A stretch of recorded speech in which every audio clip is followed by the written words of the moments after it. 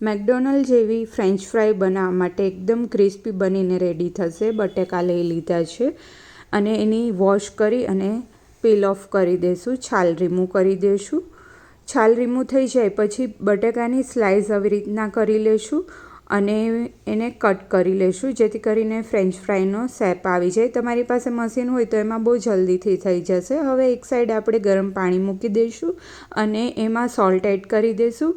પાણી ગરમ થાય એટલે એમાં આપણે જે બટેકા રેડી કર્યા છે એ એડ કરી દઈશું. 2 મિનિટ માટે ઉકાળી લઈશું પાણીને બટેકા સાથે.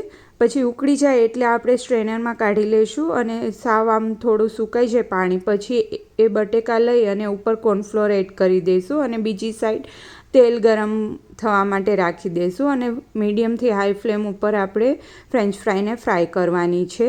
તો રેડી છે ફ્રેન્ચ ફ્રાય. ક્રિસ્પી અને કલર બી વ્હાઈટ જ રહેશે.